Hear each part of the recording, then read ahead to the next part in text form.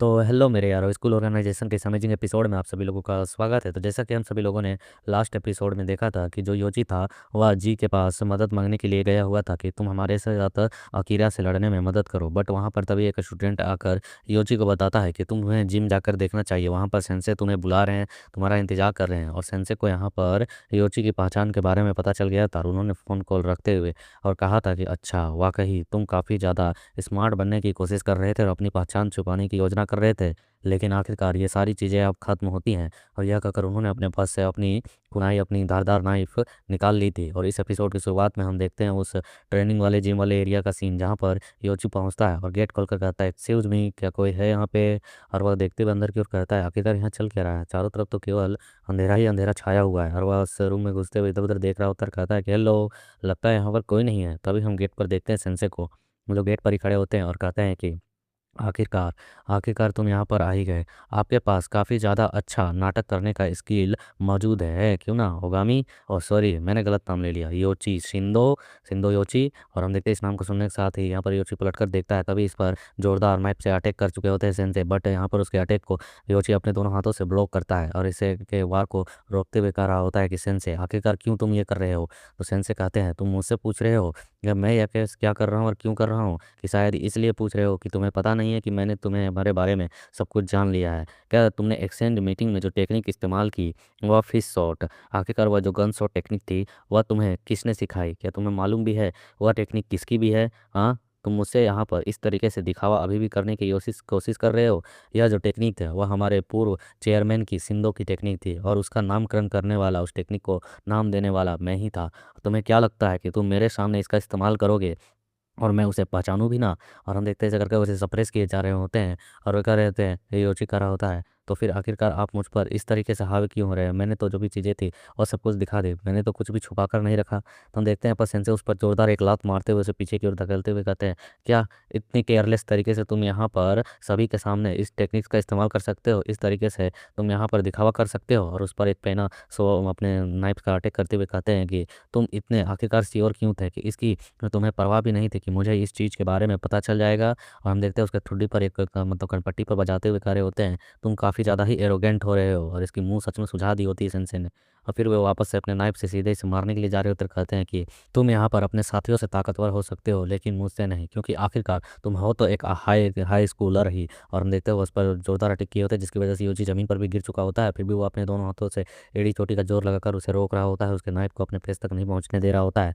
और सेंसे कर रहे होते हैं कि अंततः तुम एक हाई स्कूलर हो और तुम्हें लगता है कि तुम मेरे से यहाँ पर इन चीज़ों को छुपा सकते हो और मुझे यहाँ पर सप्रेस कर सकते हो। कम से कम मैं तुम्हें यहाँ पर एक मतलब कि ज़बरदस्त झटका, एक मतलब विकलांग तो कर कर ही छोड़ूंगा, फाइज करके ही छोड़ूंगा, तुम्हारी हिम्मत कैसे हुई यहाँ पर आने की। और हम देखते हैं यहाँ पर योची पूरी जान लगा रहा होता है, अपने मन में कह रहा होता है उफ, ये ताकत, ये कितनी ताकतवर है, मैं बिल्कुल भी यहाँ से हिल नहीं पा रहा हूँ, क्या यहीं पर मेरा अंत होने वाला है। और सेंसे कह रहे होते हैं कि मुझे जवाब दो, आखिरकार शिंदो योची तुम यहाँ पर क्या करने के लिए आए हो।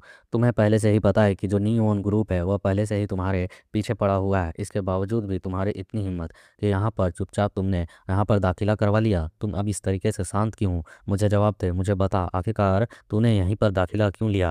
और फिर हम देखते हैं वहाँ पर थोड़ी सी खामोशी का माहौल होता है और फिर योची कहता है कि क्योंकि यहाँ पर बहुत सी सारी ऐसी चीज़ें हैं जो गलत जा रही हैं।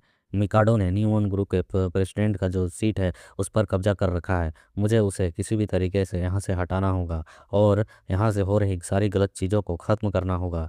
मेरे लिए एकमात्र उपाय यही है कि मैं यहाँ पर डटकर उसका मुकाबला करूँ और उसके द्वारा बनाए हुए इस नियोन ग्रुप को पूरी तरीके से डिस्ट्रॉय कर दूँ और इसे अपने तरीके से चलाऊँ। और चीज़ें चाहे जो भी हों और जैसे भी होने वाली हों, मुझे उन चीज़ों की परवाह नहीं है।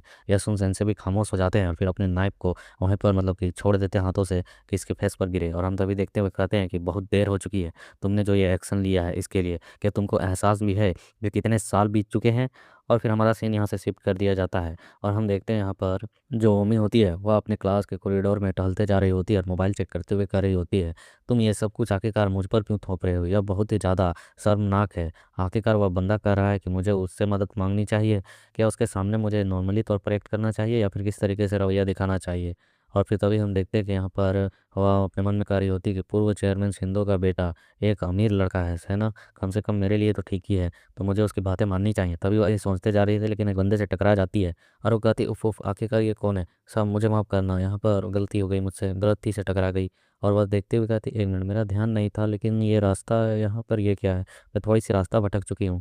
और हम तभी देखते हैं उसके सामने 3-4 लौंडे होते हैं और वे इसी को देख रहे होते हैं, और एक लौंडा मोबाइल चेक करते हुए बोलता है कि नीले बाल और इस तरीके की पेंटी पहनने वाली लड़की, ये तो क्लास ए की ओमी है। और हमें जो हमारे अकीरा ओगाटा प्रेसिडेंट है, उन्होंने कहा है कि इसे पकड़कर अपने साथ ले जाने को।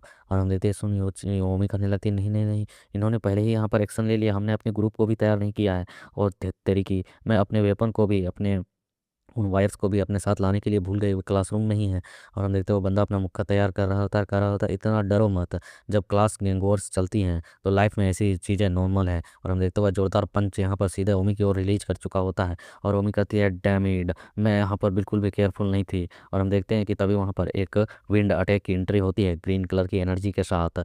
और यहाँ पर कहता है कि कमबख्तो, तुम्हारी हिम्मत कैसे हुई यहाँ पर एंट्री लेने की। और ओमी यह देखकर हैरान हो चुकी होती है, क्योंकि यहाँ पर जिन पहुँच चुका होता है। और जिन अपने नाइफ को सामने की ओर तानते हुए कहता है कि ओए बड़ुओ, आखिरकार तुम लोगों की हिम्मत कैसे हुई इस पर हमला करने की। और हम देखते हैं इन सभी सीन्स को देखकर ओमी भी थोड़ी सी हैरान होती है। और फिर हमें कुछ समय बाद का सीन दिखाया जाता है, कुछ समय पहले का, जब यहाँ पर जिम एरिया में यह ट्रेनिंग कर रहा था। और यह कहता है कि क्या तुम आखिरकार क्या बक रहे हो, तुम कहना क्या चाहते हो कि मैं उनकी जाकर मदद करूं, वो भी उस ओगामी की। तो यहाँ पर जो जी होता है वह कह रहा होता है, हाँ, उसके साथ नात्सुमे भी है।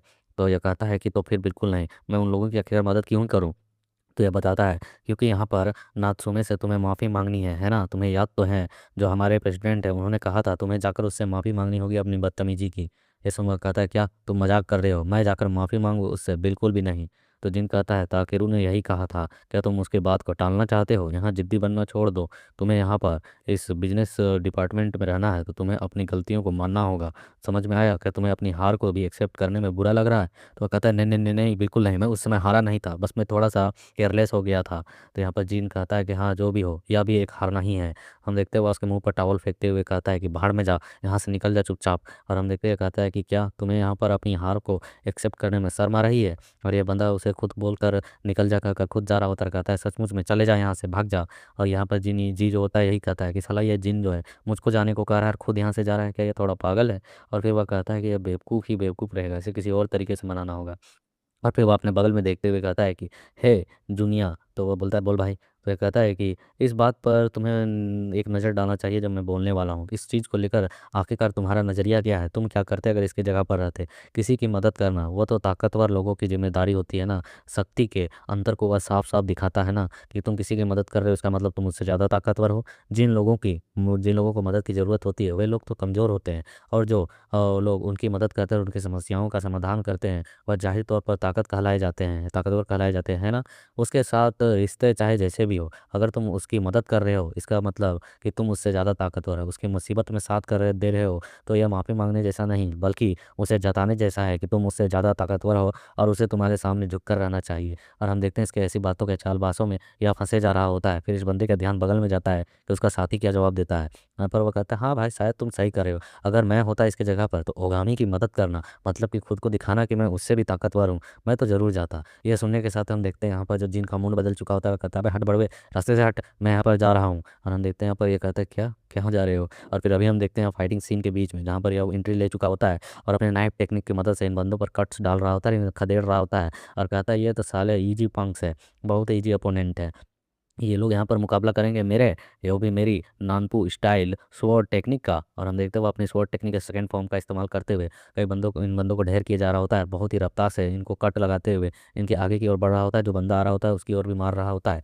और लास्ट में एक बंदा जो पीछे की ओर खड़ा होता है वह कहता है, "अबे बे रुक, मैं तो सिर्फ साथ में आया था, मुझ पर क्यों हमला कर रहा है, मैंने तो कुछ किया भी नहीं है।" और बच्चे इसे रुकते रुकते कहने के लिए रहता कहते रह जाता है। और वहाँ एक जोरदार अटैक सीधे इसे घुमाकर पड़ता है, और ये बंदे जो होते हैं हवा में सीधे झूल रहे होते हैं। और वह कहता है, कहते रह जाता है कि मैं तो सिर्फ साथ में आया था, मेरे को क्यों धोया। और यहाँ पर यह जिन जो होता है अपने इस टेक्निक का इस्तेमाल देता है, मेड विंड वायरल बवंडर टाइप का टेक्निक, इस टाइप का वह नाम लेता है। और हम लेते हैं इस सीन्स को देखकर रोमी कहती ये क्या आखिरकार सीन है। और वह इससे कहती हुई है कि तुम यहाँ पर अचानक क्यों आ गए, क्या तुम्हारा मूड बदल गया, तुम हमारी मदद क्यों कर रहे हो।